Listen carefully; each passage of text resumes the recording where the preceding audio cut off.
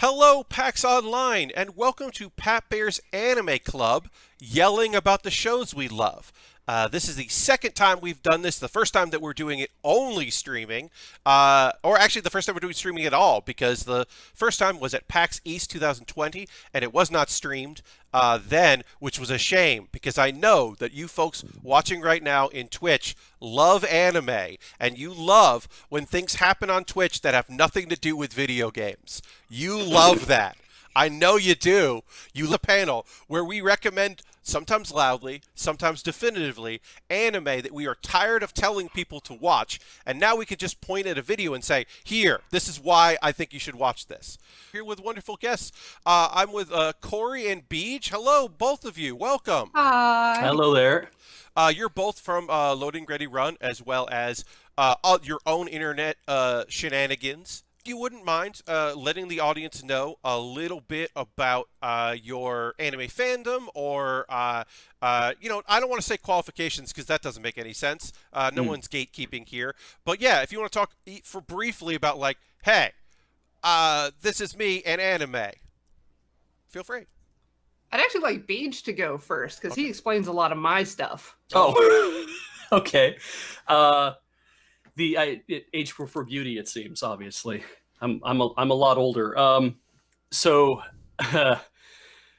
In university, I was vice president and president of our local university anime club, the Bonsai Anime Club of Alberta, which of course spells Baka when you put that out with a K for club. Yeah. And then I was also the director of public relations and vice chairman of Animethon from like Animethon 5 pretty much up to like Animethon 13, I think it was. And then I've also been, I lived in Grand Prairie, Alberta for a while, and I started a club there because there was no anime club. So I was like, well, I want to start an anime club at the college. So GPAC, the Grand Prairie Anime Club, was something that I ran for a few years until I eventually moved back to Edmonton, which is where I used to live. And then through all of this, I did a lot of work at anime conventions, as a guest, as a member of Snap to Chaos Theater, the now defunct Snap to Chaos Theater, which is an improv group that we focused a lot about geeky stuff. And I guess outside of that, my friend Ian Horner and I were running a podcast called Diecast for many years, which was a focus on Japanese culture and pop culture, but from a Western perspective, and it was a lot of fun to do. And then myself and Ian and Heather, Dery, and Corey, in fact, were all on a podcast hosted through LoadingReadyRun called Ano Ani, which takes its name from Anohana. So it's basically, we still remember the name of that anime we saw on that day. And we did that for about a year and a half or so. And, yeah, something. And now it's just kind of like hiding in the bushes. I don't know. Now you do a stream where you rant about anime nonstop for 3 hours. Yeah, that's me now. Every 3 months, I do a breakdown of what I want to talk about in the upcoming season, or what just finished in the last season, because that's mostly just, that's kind of, I guess I need to get some shit off my chest. It is a thing where when I know that's coming up, I pay attention because you don't advertise you're going to do it. It's just suddenly there's a Sunday night, and I know it's like, well, we're towards the end of the season. Beej is going to pull this on a Sunday. I should like keep my eyes peeled because I enjoy it. Because also sometimes we watch different things. So you can be like, I didn't watch this. And I'll be like, good. Or it's actually great. You should check it out, you know? Yeah, which helps actually too. That helps getting new recommendations, because sometimes, like this current season, there's nothing on that I want to watch. This current season, folks, if you're like, I want to get into it, one of the best shows is a holdover from last season that went on hiatus due to the coronavirus hitting Japan harder after they were doing okay and then weren't. Diary of Our Days of the Breakwater, which is, it's not a chill slice of life, but it's still a good slice of life. Yeah, it is. It's a good slice of life if the first episode was a sports anime, because the main character does not want to be doing what she's doing, which is very sports anime in my opinion. You know, like, oh, I don't want to join this, and now you're there. But anyway, we're not going to talk about that show in this thing. Corey, I know some of that is similar, especially the Loading Ready Run. Exactly. Yeah. So I'm Coriander Dickinson. I attended Beej's Anime Club up in Grand Prairie, GPAC. Took over the club after his wife. Ran that for like a couple years. Did a lot of the Animathon stuff. Did a lot of stuff with improv troupe called the 404s, and then Synaptic Chaos Theater, and now Loading Ready Run. And I guess I met my partner Ian Horner through Beej, so that's kind of nice. But Hell yeah. up to like or from like 2003, you can just be like Beej and Corey's name. Okay. Yeah. Okay. Good. So Same. refer back to what Beej was saying for that part for modern Korean anime. So for me, my earliest anime stuff is, like fan subbing and all that and going and buying that stuff. I worked at an import store that sold VHS tapes that were made in New York and then traveled to Connecticut. So people just bought fan subs from us, and then legit wall scrolls, legit Hello Kitty merchandise, and then definitely CDs that were not made in China and not Japan, that were shrink wrapped, and legit model kits, which is where I fell in love with model kit building, was working at that store, because I bought a couple and nobody else in the store knew anything about model kits. So the owner was like, "Hey, would you build a couple that we can put out, because nobody wants to do this?" And so that's when I started building model kits, was this lovely store in a mall. And then eventually some of the fan subs we were selling were definitely not fan subs. They were VHS copies of shows that had come out on DVD. We had VHS tapes of Silent Mobius, which was definitely the legit DVD just on a VHS tape. And then by the towards the end of my time working there, that's when you got those using Babelfish direct translate to DVD, get a DVD in 10 episodes of Yu-Gi-Oh! Where they call him like Game and Dark, because they don't know, they're translating names into words. But yeah. I mean, the history of anime in North America, in like essentially in the 90s and especially into the 2000s, is the story of how much bootleg shit did you end up buying, right? Yeah. I had a lot of it. Still have a few. And then, went a period where I wasn't watching anime. And then when I started doing my model kit building stream, which I'll plug at the end of this, somebody was asking about anime stuff, and I kind of started watching it a little again. And I realized, I can talk about anime here while I'm building. And there is a portion of my audience that is very happy with that, and a portion that is fine with me talking about it, because they enjoy me talking about things, even if they're not going to go out and watch an anime that I'm recommending to them. They're never going to watch Black Clover, and I get that, and it's okay. You don't have to watch Black Clover. But it's great. Yeah, it's great. It's great, but there's a lot of episodes of it, and Asta yells all the time, and there's also a creep. There's the thing, which brings us into this. So we're going to talk about some shows that we really want you to watch. That's the whole point of this. Let's go over to that view. And we're going to answer the question, because it's important when discussing shows. We're not just going to talk about all the good parts. We will talk about the bad parts with it, or even if it's not bad, stuff you should be aware of. So we'll answer the question, is there a Mineta? Now, it doesn't have to be a physical character that you hate. Like in the case of Black Clover, there's a character, Gotch, who is a syscon, and he sucks, and I hate him, and I hate him, and I hate when he's on screen. So if I'm going to recommend that show, I need to tell you about the shitty character that I think sucks. And you need to know about that. So sometimes it is a character like Mineta. But sometimes it's like... there's a situation, there are themes, tragic backstory pasts that are just, like, this show is really light until this one episode when it's not light anymore. And we won't go into too much detail about it, but like, hey, just, it's content warnings sometimes. Because we know that. Sometimes you forget, you're like, I recommended Dragon Maid to you and forgot to tell you about a couple scenes that are very not cool. Shit. So sorry about that. I wish I had said, "Hey, you should watch Dragon Maid." When they go to play, with two of the young characters go to have a hangout, it gets weird, and that's not fun. And then sorry, you got to say that, because no one in the world plays Twister anymore, but it's in that anime, and it's not great. So you have to, you want to tell people that.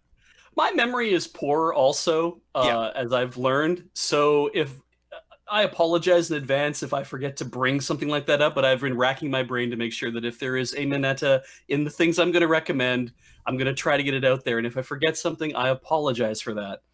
I think we'll be fine. And like I said, and also some people are like, they recommend a show and they don't bat an eye. And you're like, hey, this happened. And they're like, yeah. And you're like, okay. So everybody's different. But Yeah. but yeah, it's those caveats like Fire Force is great, except it sure hates women.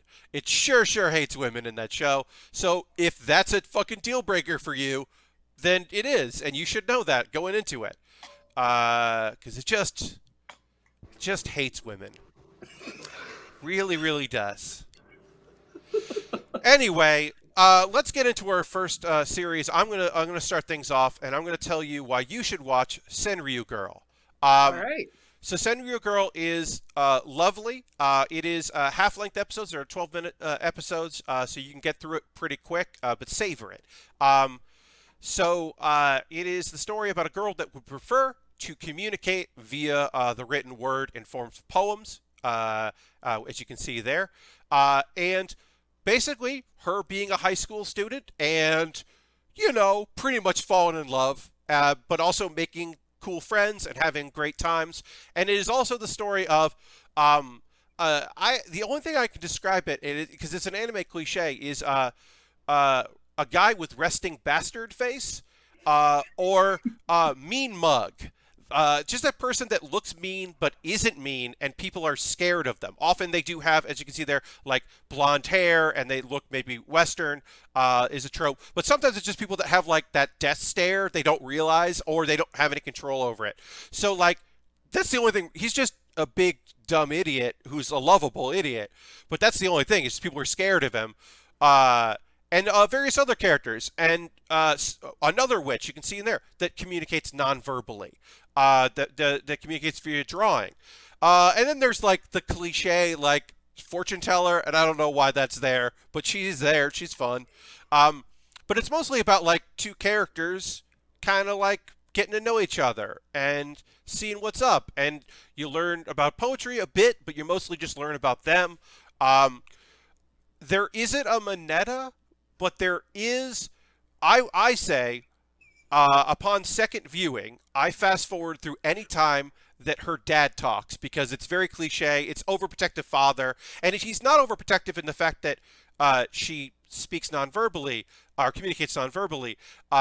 He's just like, he's just got a teen daughter, and he's just over dramatic about it. And it's like, oh, she's growing away from me. Oh, I need to try to keep her from doing whatever. And oh, she has a new friend. That's great. It's a boy. Oh no, that kind of stuff. Yeah,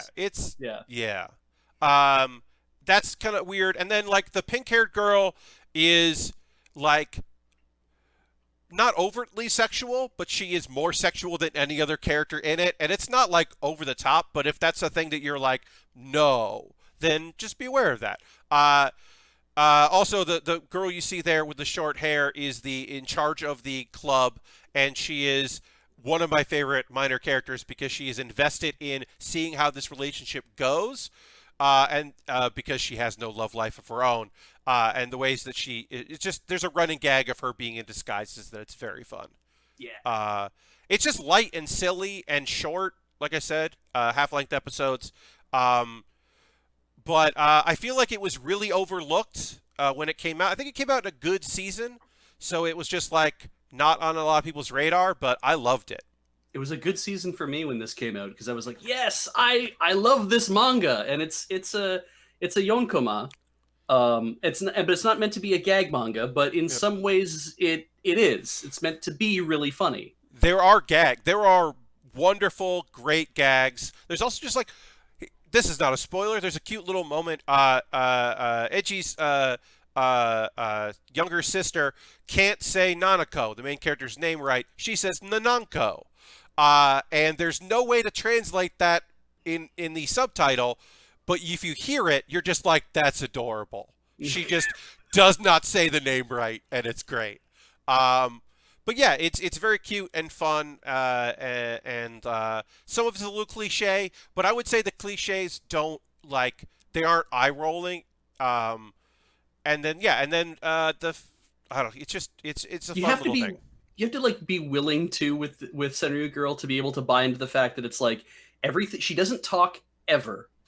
She only ever communicates. It's due to her having a communication disorder of some point. She's very shy in some ways, but it kind of hard locked her into writing Senryu, which are essentially haiku, but can be Senryu are like a more like relaxed version of a haiku. They're 575, but they're not meant to like have like, oh, I must bring up the autumn or I must bring up cherry blossoms or something, right? And you have to be willing to buy the fact that she's able to get through all of high school and get through all these relationships with her friends and do all this stuff by just constantly writing these things and showing them off. And so how they do that in the show is that she never moves her mouth, but she will narrate them. So you get to hear a voice actress reading these things out to you the entire time. Yeah, you hear her internal dialogue. And I also one of the things I love about this is there is only one scene, and it is very light and not super harsh, where anyone even pauses to go, wait, you don't talk? It almost the entire series, except for one scene, which is also like a backstory thing. The series is basically built on the premise that people are like, yeah, all right, let me read what you wrote, or let me look at your drawings, and it is a lovely little thing where that like you could envision another series that being a constant issue, but it is not an issue in the show. But yeah, that's Senryu Girl. I recommend it. That's why it's included. So Corey, let's go to your first pick. Yeah. So I've heard reviewers call this Noin, but I've always called it just Noin. So Noin mo hitori no kimi e, or to your other self. And I was on the tweeters and I saw people posting videos of these like gnarly porcelain looking battleships that have faces and arms and legs and stuff. And that's from this series, which is kind of a quantum physics fantasy show. So there's multiple timelines and multiple dimensions interacting with each other. There's an evil big bad group called Shangri-La that's trying to destroy space-time. And there's a country far in the future, 15 years in the future, called La Crema that sends part of its army back in time to stop Shangri-La from getting the thing that lets them destroy the world. But they have like physical tethers that connect them to their time. And they all have kind of like magical fighting abilities, which involves a little bit of body horror, just a little bit. Kind of like on the level of Parasite, I would say. Okay. Yeah. And it's got just like real interesting action, really interesting design. It's from 2005, and there's some like early CGI in it that's, kind of stands out, but fits because they're trying to do a lot of weird stuff. They also do a lot of the very loose sketchiness during action scenes where the shapes and forms get a lot looser, which a lot of people I've think it, or I've heard them say that it's lazy, and I disagree.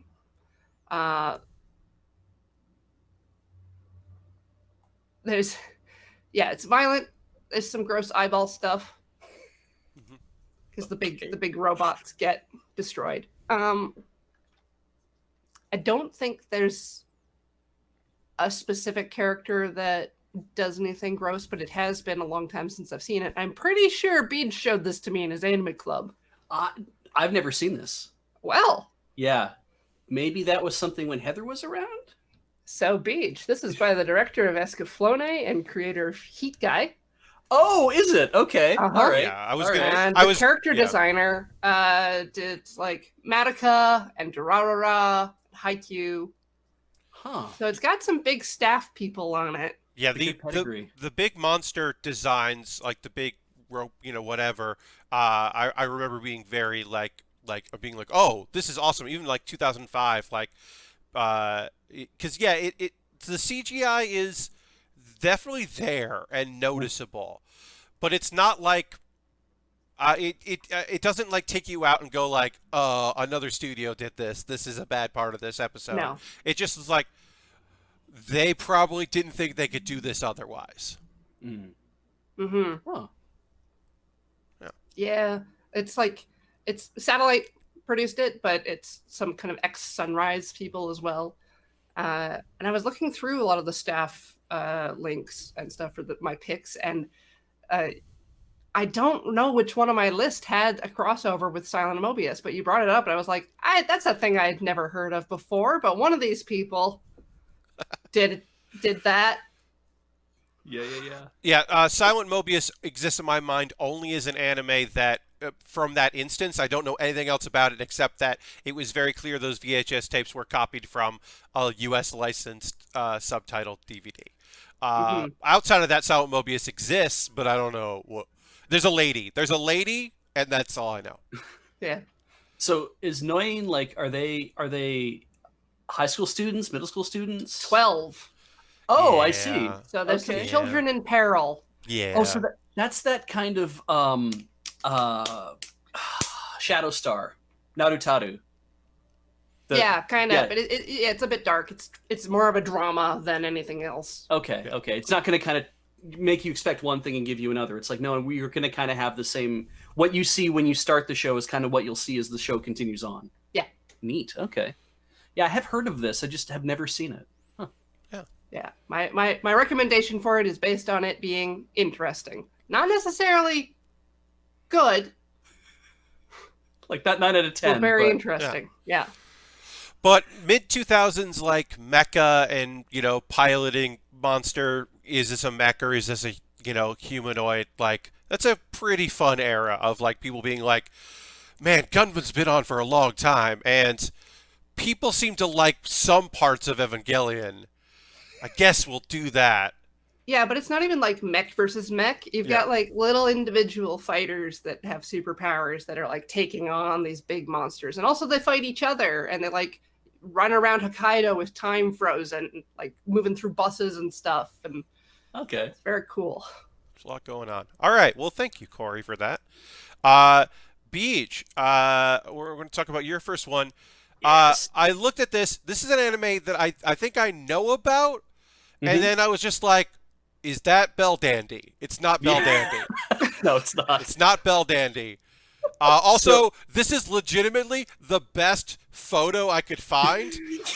Google image search was just like, do you want 100 by 200 photos? I was like, no. And I found this. And I was like, I don't know what this is. I don't know what this is.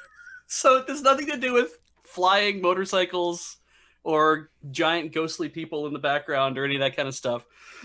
So Earth Maiden Arjuna, Chikyu Shoujo Arjuna, or that just gets called Arjuna, or at least has been kind of called that for a while. But now if you search on the internet, you kind of have to look for Earth Maiden Arjuna because there's like Arjuna from like Fate, and there's Arjuna from like a whole bunch of, also the god. But anyway, so Juna, who is our, who's the high school student who is holding the that very fancy bow. She does that because she's in the school archery program. She's in the traditional Japanese longbow archery club, team, whatever you want to call it. That's why they gave her that weapon. It all works out. Anyway, she dies. First episode. I don't think we get halfway through the first episode and she dies. She gets like thrown off a motorcycle, dude's motorcycle. That's her boyfriend. And before she dies, when her soul is coming out of her body and it's ascending into the stars, the small blonde-headed boy that's sitting in the wheelchair, he basically appears to her and is like, hey, you have a job to do. I can save your life. And she's like, what? I guess, yes. Is that what's going on? And she gets sucked back to Earth. She wakes up in the hospital bed. Everyone's like, what the hell's going on? And then runs outside. And if I'm trying to remember the whole thing, a helicopter appears with this kid on it in the wheelchair. She gets on, and he takes her off to like another part of Japan, essentially. So that's the start. Now the whole story is how she's like the avatar of the Earth. She represents a very strong Gaia figure at this point, and her job is to ensure that nothing bad happens. And the first episode is essentially we can see that there's going to be a problem at this nuclear power plant, and so we know that because there are giant CG worms that are in the area around the nuclear power plant that nobody else can see. Only you, because you have the power of this like Earth avatar, that you can actually see them. And now you have to show up, transform into this Earth avatar girl, pull out this magical bow, and you have to confront them. And so she tries shooting them and stuff, and it's she keeps shooting them, and it's just angering them, making things worse, and the power plant's blowing up and all this kind of stuff. And Chris, the kid in the wheelchair, is like, no, you're not doing it right. You should be doing it right. Why aren't you doing it right? And she's like, I don't know, and I don't know what I'm doing wrong. And it's like, they're not the worms are not the enemy. Like, they're not the ones who are doing things wrong. And she's like, oh, and she starts to have this sense of realizing what's actually going on. And so then she's like, oh, I know. And she starts shooting them with her bow again. But this time she's shooting arrows of love, I guess. And it calms the worms and it sends them back underground, and all the stuff that's happened to the nuclear power plant. The thing doesn't end up going like full meltdown and blowing up and like destroying like the part of Japan that it's in. So there's lots of like early 2000 CG in this. That's just the first episode. But the whole series is basically based on her trying to come to terms with why she is this person now. Like, who is this Earth Maiden? Why is she supposed to be this person? What is her job? What's this shadowy organization that came and found her and said, we need you to do this because you're important to the survival of the Earth. And thus begins a 13-episode crash course in awareness. Okay. And the biggest problem I have with this, we didn't think we were going to be talking about abortion on this episode, but here we are. There is an episode that focuses on abortion and takes a very pro-life stance with it, which I don't agree with. But it has this sense of, hey, you know, if when you get pregnant, there's a baby inside you, and if you abort a baby, then that you can like listen to the screams and the cries of that baby that wants to stay alive. And I'm like, fuck off. Like, it's a lot. And this is definitely, the show is pushing a lot of different political issues. But one thing it does do is so we'll put that one aside for now. That's the thing that I think is probably the biggest triggering thing for a lot of people.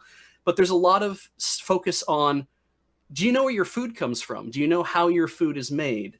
She bites into a hamburger and she gets sick because she realizes that how the cows are treated and how they're pumped full of hormones and like all these kind of things. And she's like, she can taste all of the suffering that went into making this burger because she's now connected fully to like all aspects of the planet. And then she's trying to figure out, well, what am I supposed to do? How do I interact like with anything? How do I understand what's going on? There's an episode that focuses on math, just on the beauty of mathematics. Like, it has weirdly very specific political overtones, and a lot of the stuff it brings up can even be ideas where I'm like, that's an interesting idea, even if I don't agree with it. I think it's an interesting idea, and I think it's interesting you brought things up in that way. And it makes it a really challenging show to watch. And it doesn't stop being interesting or fun for me. And it is only 13 episodes. 13, I think? Yeah. And I'm just like, this kind of feels like one of the better ways to be like, I have something I need to get off my chest. I want to share it with the world. Here's an anime in which I can share all these different things. Is it a little incoherent at times? Yeah, because there's always a story thread that's going through, but now we're focusing on math for an episode, or we're focusing on beef for an episode, like that kind of thing. And but ultimately, it's got a really good heart. It's and the music's by Yoko Kanno. You could have said that a couple of minutes ago if you were really trying to sell this. And it's directed by Shoji Kawamori, who also worked on Macross Plus and worked on Escaflowne as well. I mean, I believe this is a Sunrise show, so it was definitely, it's Bandai Entertainment, done by Satellite. So yeah, it has, again, a show with an excellent pedigree. And if you watch the behind the scenes in this, you get to hear what the directors and the writers thought about all the stuff that they put into the show. It's interesting to hear some of that stuff, but I like this, and it's hard to recommend to people because it's like, I'm giving you something that's going to kind of hit you politically when, I mean, everything is politics. Let's just be fair. but it's going to do a thing that's like challenging, and it's probably going to upset you. Like, I didn't like the episode on abortion because I'm like, you're really taking a one-sided stance to how you think about this that I don't even think can be backed up in specific ways. But I'm willing to watch what you want to say about this because I think you also still have the very best of intentions. When did they get to the tournament arc? They never do because it's only 13 episodes.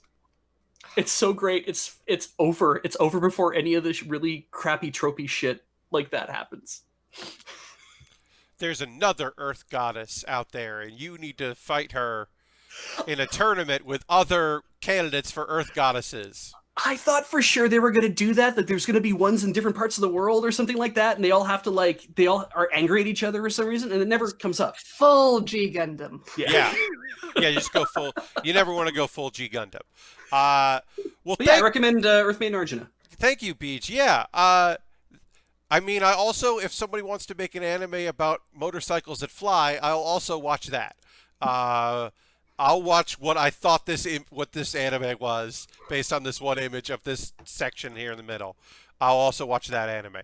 Anyway, okay. Now let's get into my second pick for the show. My second main pick here. Yowamushi Pedal. If you are, like me, looking for long anime that you can marathon in, or a couple months ago you were just like, I don't know, here's a long anime for you, a really solid, great long anime. I say I'm not a sports anime guy, and then I watch some sports anime that I love very, very much. So at first I was like, I don't, a biking club, okay, whatever.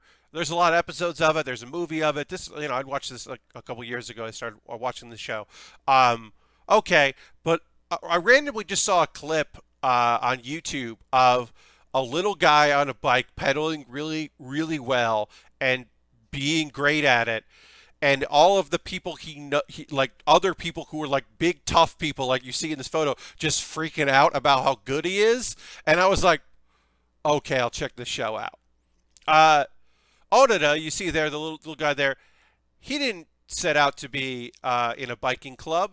He set out to join an anime club when he got to high school because he loves anime and no one he knew watched anime. And he was like, when I get to high school, I'll make friends in the anime club and I'll have someone to talk to.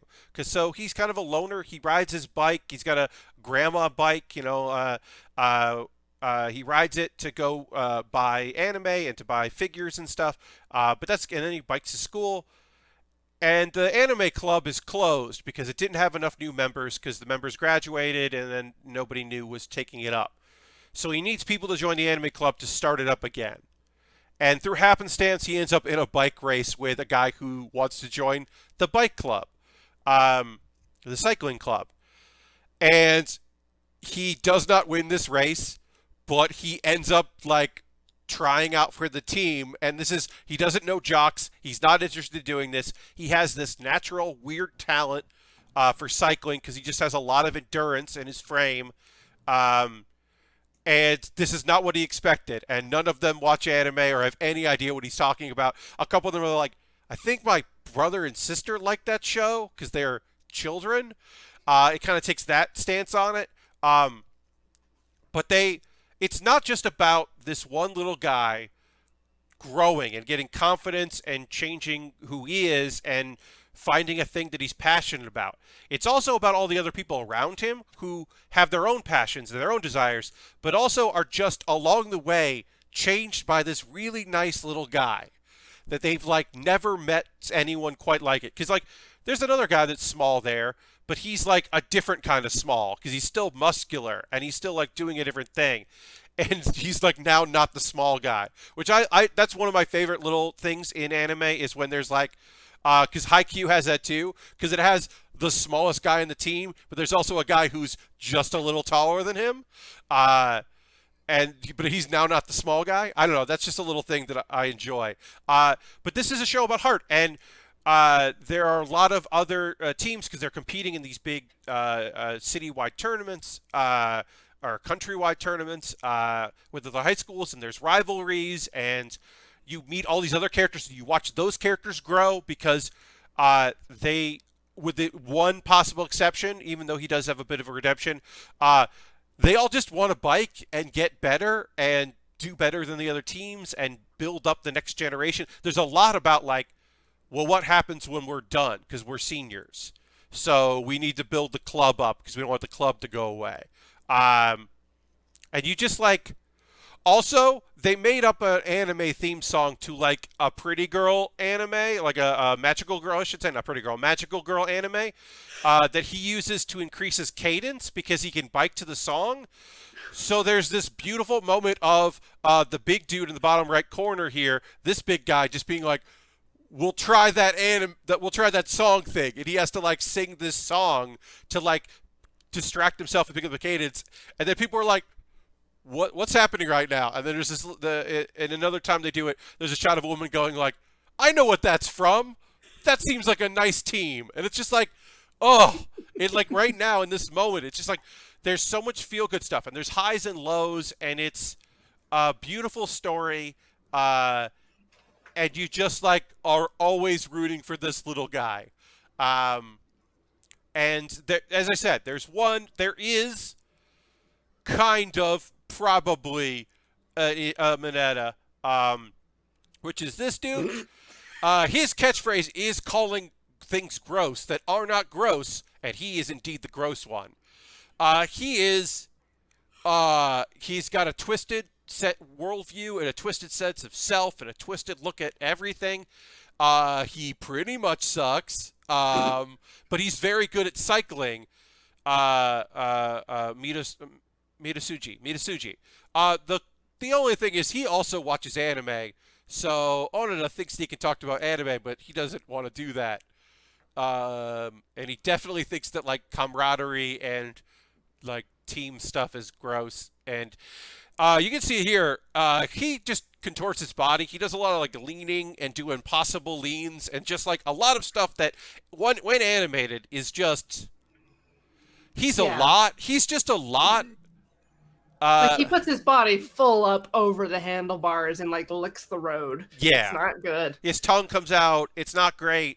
He's one of the bikers that does mind games with people on his own team, mind games with other people. It's definitely like a weird dude that found out he was good at biking. So where Onoda was like, I'm good at biking. I'm going to make friends and grow as a person. And he was like, I'm good at biking. I'm going to dominate everyone and be the best weird version of me I can be. So he's a lot. Is he played for laughs? He's played as a villain. He's played as the major villain. Because he backs up his awfulness by being good. He's excellent at cycling. So, like, is he wrong? Is his twisted philosophy wrong if he gets results? Right. But he's definitely like, there are teams that are like, well, this is our rival team from years ago, or this is our rival team because, like, I have a personal relationship with this person, or we beat them, so now they want to beat us. But at the end of the day, like, they'll go, like, hang out, and there's, like, a friendly rivalry between, like, two freshmen, Onoda and a guy from another team that, like, blossoms throughout the show. And, like, it's just a good, weird anime about, like, cycling. And here's the thing that happens in this show that I love. One of the things I love most about anime, and I don't think any other medium quite does this, it's so good that people wanted to cycle and bike. Oh. It's one of those anime that changed Japan. Maybe not as big as Slam Dunk. You know, Slam Dunk altered sports in Japan. It wasn't the first manga about basketball, but it that and the Dream Team, that happening at the same time, meant that people recreationally and in high school started playing basketball. So Yowamushi Pedal didn't necessarily do that, but it did do a lot where there's a special about Paralympic athletes that they made that's like really, really cool. The creator of the manga has like raised money for the Olympic cycling team for Japan because it just renewed interest in young people in biking as like a sport. And I love that. I love when anime could just be like, laid back camp. Mount Fuji suddenly had, and the camping grounds there suddenly had a huge spike in people wanting to camp because laid back camp is so good. It happens because Japan is a small enough country that anime can alter it for a few years. Saga increases tourism because an idol show about zombies was so good that people were like, I want to go to Saga. That looks awesome. The anime could just do that, which is rad. And Yowamushi Pedal has like done that. And yeah, I know that Corey, you're familiar with the series. Do you have any input? Only spoilers. Okay. Yeah. Yeah, it's all I can think of because Yeah. it's just like he has endurance for a reason because he bikes to like Akiba to buy his Yes. manga on the weekends. Yeah. From like Nowheresville where he lives. Yeah. So that's how he got his endurance, was biking on a, they call it a grandma bike in the translation. I forget what the Japanese of it is, Yeah. but it's basically it's a bike with a basket in the front. It's all steel and yeah, Heavy metal frame. Yeah, it's Yeah. not meant for like biking up a hill fast. Right. So when he does get a bike that's like for racing, he's just like, oh, this is so much easier. yeah, They're like, yeah, that's the whole thing. So it's not just it's not that he was born a natural or something. No. He just happened to train himself into being good at this. Accidentally. Yeah, Yeah. it's accidental. It's That's not good. I like that. Yeah, it's not like Initial D where his dad secretly trains him to be a great downhill specialist by making him deliver tofu. Heel toe. Yeah, by delivering tofu, and that was all part of his master plan, I guess. I don't know. This one is just like, it's my favorite part of sports anime because there are two types of sports anime. There is, I'm really good at this and I need to rally other people so we can do this, or, oh wait, I'm good at this? I guess I'll find out everything about it. Now I gotta try hard. Yeah, now I'm gonna try hard, and now I've like made friends, and now I have something that like, oh, like, yeah, okay. And it's got that like his mom doesn't know he does it, and like kind of shows up, and it's just like, wait, that's my son. What? What's happening right now? She's great too. She's a great little supportive mom. Yeah, it is a lovely series. And like I said, if you're looking for something to marathon, there are a lot of episodes of this show. So, yeah, and a movie. And at least one movie that like tells you what happened in a season. It's like one of those kind of movies. Yeah. But yeah, let's move on because we got some time. We got some time to get through these. We're not rushing right now. But let's talk about Megalobox.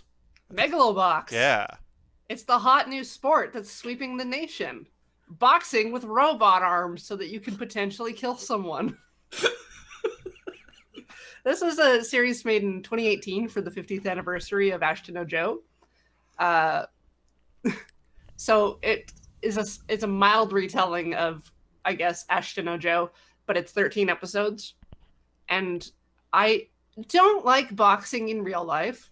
I don't like violence generally, but I think I like cinematic boxing a lot, like Megalobox or Creed or things like that. And this story, I found myself constantly impressed with like the pacing of it. Like it just kind of moves smoothly along, and character motivations all make sense. Our main character, Junk Dog or Joe, is like a underleague boxer in Megaloboxing. He's too poor to get into the big leagues because there's kind of a massive class difference.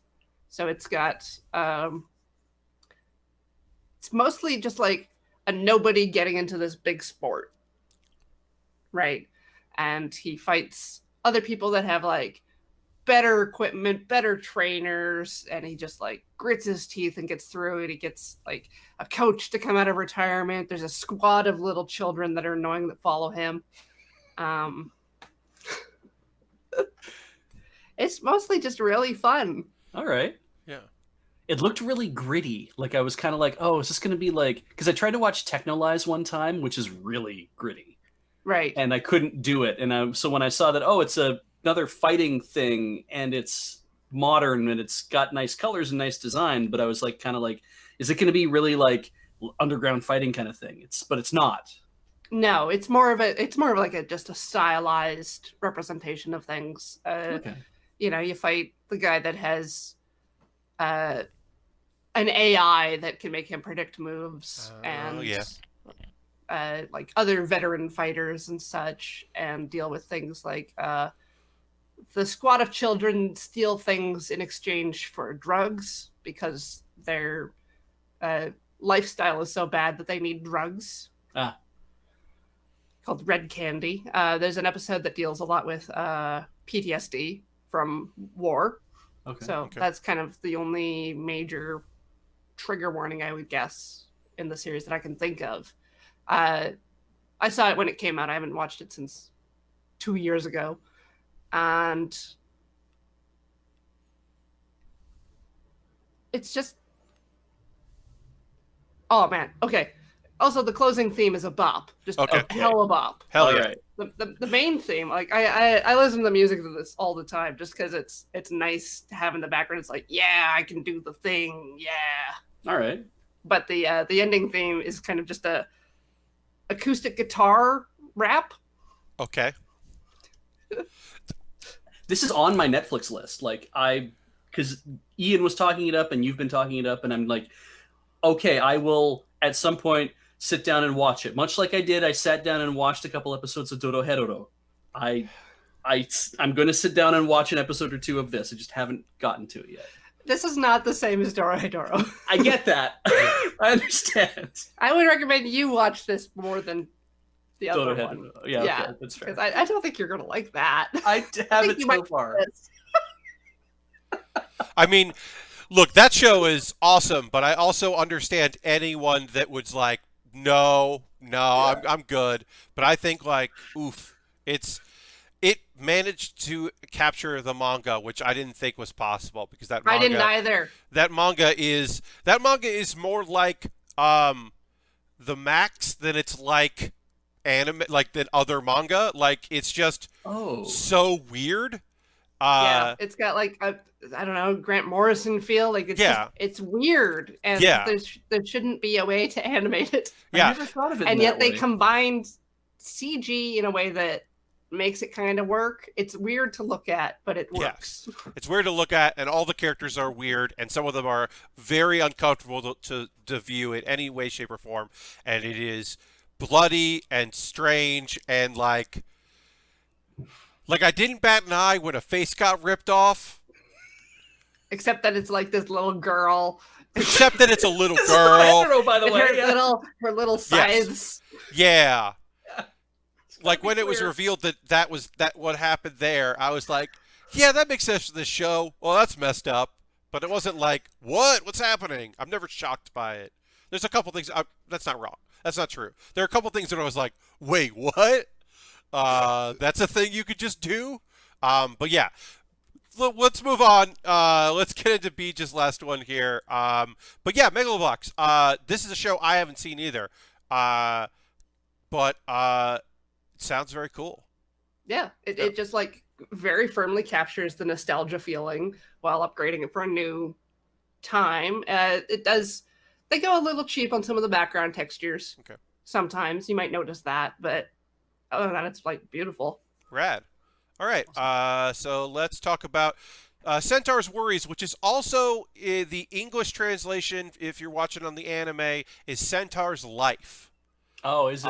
Yeah, so if you want to find it on Crunchyroll, it's Centaur's Life. But Centaur's Worries is the name of the manga, and the better translation for the Japanese. But yeah. Sentoru no Nayami. Is the Japanese for this, Centaur's Worries. And then, in English, it is A Centaur's Life. So if you're finding it hard to find it under C, it'll definitely be under A. So I watched this because I was reading the manga. And so let's start with a lot of things about me. I like monster girls. I think it's very interesting to see that. monster people in general, I think, are very interesting to see how mangaka will decide to render certain, like a centaur versus like a satyr versus like, I don't know exactly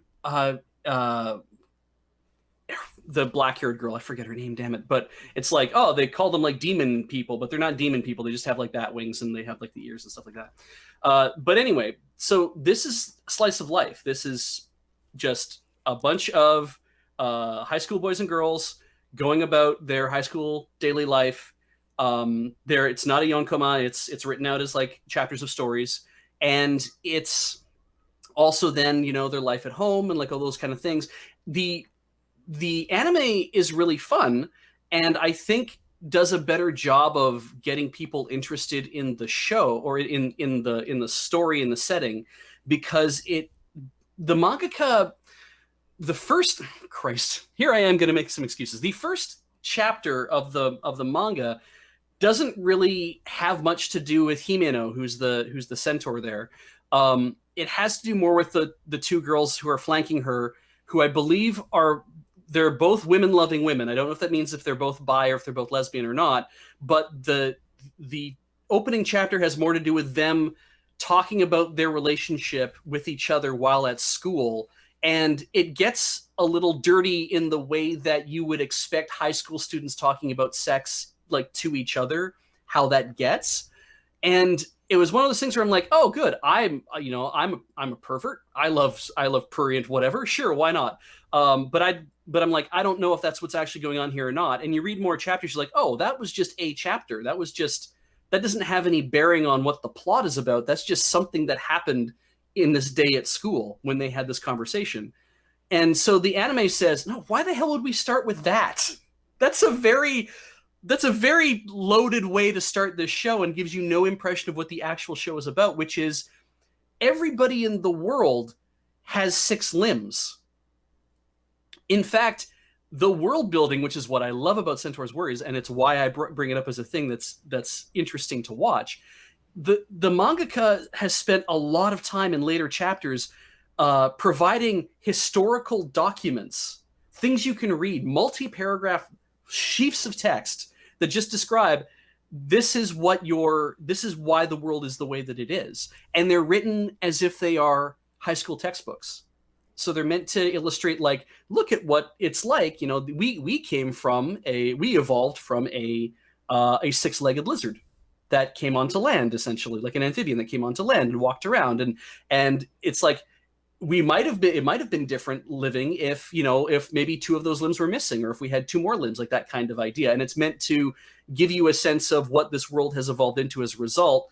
And then the amount of like the multiple bifurcations that happen to all of these from the initial ancestors, right? Because it's like, technically, yeah, there were no horses around when that 6-legged lizard came out of the water. When our ancestors came out of the water, there were no they didn't just but there were horses as well. It was like, no, everybody kind of came off of the same group of evolution, and they just kind of kept splitting and splitting and splitting. And this is the same thing. And there's also a lot of political things involved with this as well. I was going to say, I kind of got turned off on this because it at some point it seemed to be like it's illegal to like joke or be perceived that you're making fun of people for their appearance, but it definitely took the stance of like, this has gone too far. Like, yeah, it felt like it was telling me a message that I fundamentally don't agree in an anime about like lesbian animal women. And I was like, well, there's this snake person, and that seems interesting. Ooh, they have a whole lot to say about this. Yikes. Yeah, the Antarcticans, the snake people, they are a snake race that lives below the ice in Antarctica. They have their very own society. And when you start to see how in the manga how all of those things are involved with each other, like they talk about there's a frogman who is French, funny that, named Jean Rousseau, and he's a great leader, but he also he is a member of a tribe that is trying to gain independence for themselves, and they're trying violent revolution against the governments. And it's like, this is a slice of life about a bunch of high school students who are all animals that go to school. Where does all this stuff come in? And yet it kind of does. And it's really, I think that's what makes it really interesting for me, because it's like, you'll watch this, you'll expect it to be a light, fluffy thing. Kind of yes, but also kind of no. If you're willing to spend a lot of time with the manga, especially, you'll see more of that. The messaging that it gives a lot of is like, we realized that, you know, we have to be, you have to respect everybody, and you can't be like making fun of somebody, because if you make fun of somebody for being like a centaur or whatever, you won't get reprimanded for it. You will be led away to a place to undergo re-education. And it's like, what is in this show? What? And yet, slice of life comedy. But it's because it takes place in this alternate universe. It's like, and everyone's fine with this. And I'm like, I guess I have to sit here and be fine with it too. It's weird. It's really weird, but it's, again, it's also a slice of life comedy, and it's kind of fun. Like, Beej, it's just a fucking weird show. I don't know. It is! It's just a really weird show. Like I said, I hit the point where I was like, I can't anymore. Because it was and just I completely understand that. The underlying, like, censorship and stuff. Like, there was just a very much of like a world gone wrong thing. You can't even joke anymore. Like, it just felt like that. And I was like, I don't know. But if you're like willing to be like, I don't know, that's what this world is. I want to see more about what's going on. I want to see this play that they're going to put on. Sure. Yeah. There is I will say that there is, I believe it's episode 5. I'm going to guess that it is episode 5. I don't know. There's mermaids in this world as well. All the mermaids all swim around with no tops on, boys and girls. So you get to see boobs. All of the they do an exchange program thing. I know this happens in the manga. I think this happened in the anime as well. They do an exchange program thing where all the kids from a couple classes in the high school that Himeno and her friends go to, they all go to the mermaid school to basically participate in classes there to see what it's like to be part of in a different kind of culture. And the school is half flooded, so it's like you have to go over a threshold and you have to, like, you swim for a bit. So everyone's wearing swimsuits, but all the girls are all like in they're in the full swimsuit, because they're not going to just take their tops off, because obviously it's like different. The school uniform swimsuit. Yeah, they're in the school uniform swimsuit essentially. And what's interesting about that, of course, is that there's that whole thing about the boys being like, oh, but look at all the boobs. This is amazing. And of course, all the boys and all the girls who are mermaids are sitting there, they're wondering what the hell this is all about. All the boy mermaids are looking at all the girls who are covered up, and they're like, oh my God, they covered up their boobs. This is amazing. Like, that same kind of boys are horny wherever you go kind of thing. They're just horny for different things. And I'm like, that's an understandable sentiment that I have. I get it. So, all right, so I like it. It's a weird show. So that is the panel, and I don't know. Goodbye, everybody. Goodbye.